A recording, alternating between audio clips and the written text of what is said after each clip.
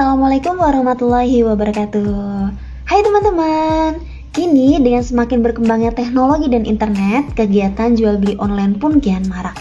Apalagi dengan kondisi corona saat ini nih, kita diharuskan apa-apa serba online, ya nggak? Nah ini karena penjualan online pun dapat dilakukan tanpa harus menyetok barang, mengeluarkan dana di awal. Tapi untuk yang baru ingin mulai berjualan online, kita sering bingung nih dengan perbedaan antara reseller dengan dropshipper, ya nggak? Definisi reseller dan dropshipper. Reseller berasal dari kata bahasa Inggris, resell, yang berarti menjual kembali. Jadi reseller adalah seseorang yang menjual kembali barang yang ia beli dari orang lain. Tapi ada pula penjual yang menjual barang dagangan milik orang lain tanpa menyetok barang. Nah, sistem ini dikenal dengan sistem dropshipper. Jadi, penjual yang menggunakan sistem ini disebut dengan dropshipper. Dulu, definisi reseller hanya terbatas pada orang yang membeli barang menyetoknya, lalu menjualnya kembali kepada orang lain. Tapi sekarang, reseller juga sering diartikan sebagai penjual yang tidak menyetok barang dan hanya memasarkan barang milik pedagang online lainnya. Sehingga seringkali kata reseller juga sering diartikan sebagai dropshipper. Walaupun sebenarnya reseller dan dropshipper berbeda loh teman-teman. Nah, selanjutnya kita akan bahas nih lebih detail tentang perbedaan reseller dan dropshipper ya teman-teman.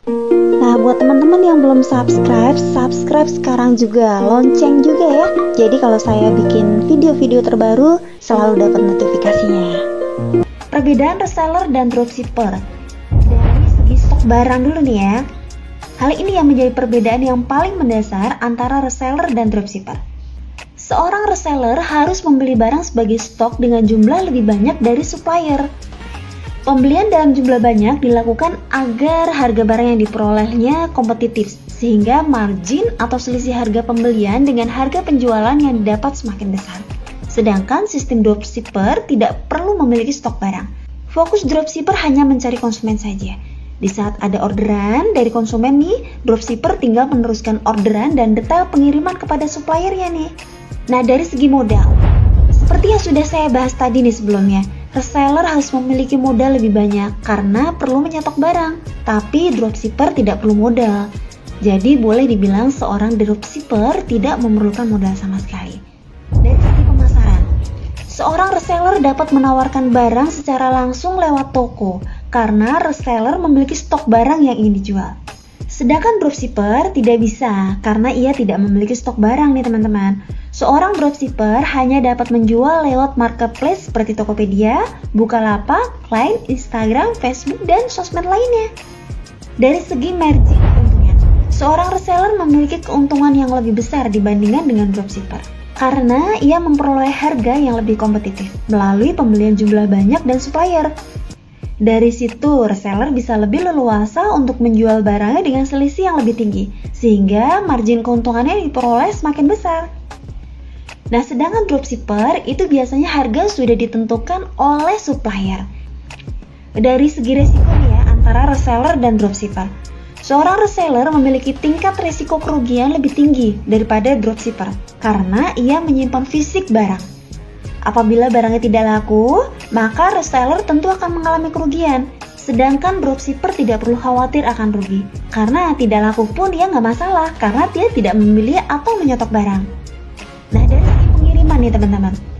Jika dilihat dari fokus pengerjaannya, seorang reseller selain mencari calon konsumen, ia juga harus mengemas dan melakukan pengiriman barangnya sendiri.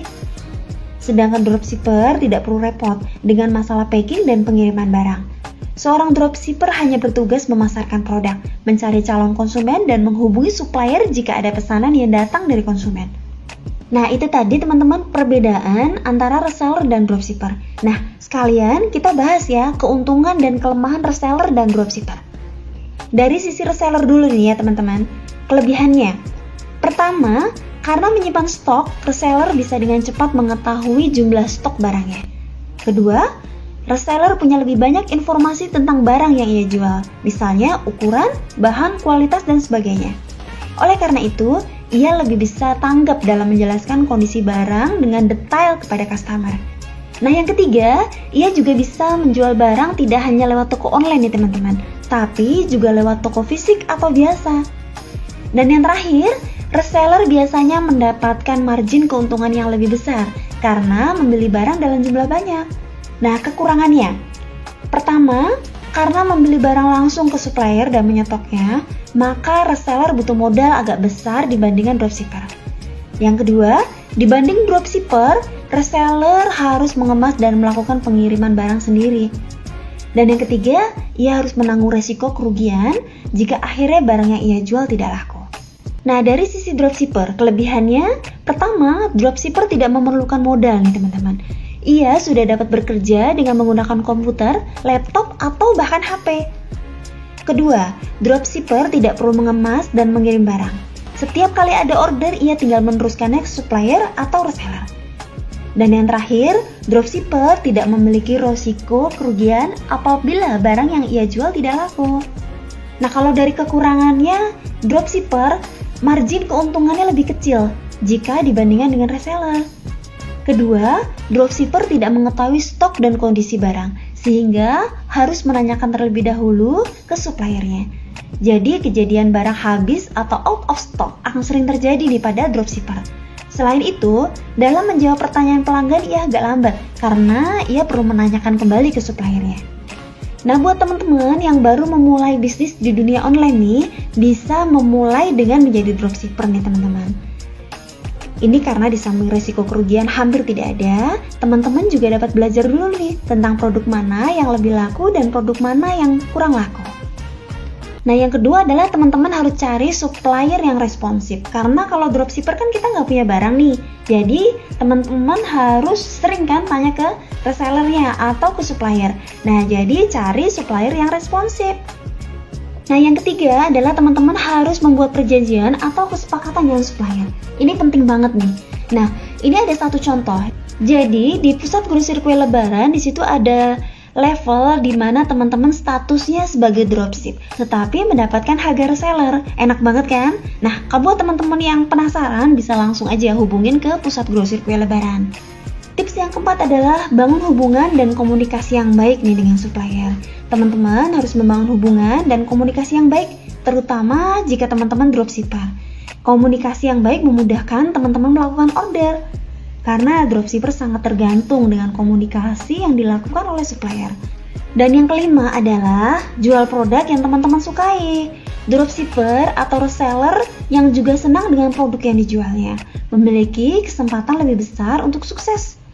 Minatnya tentu akan terlihat pada bagaimana cara dropshipper atau reseller menjual barang tersebut, seperti dengan cara lain mengambil gambar produk dan memilih kata-kata untuk mengiklankan barangnya.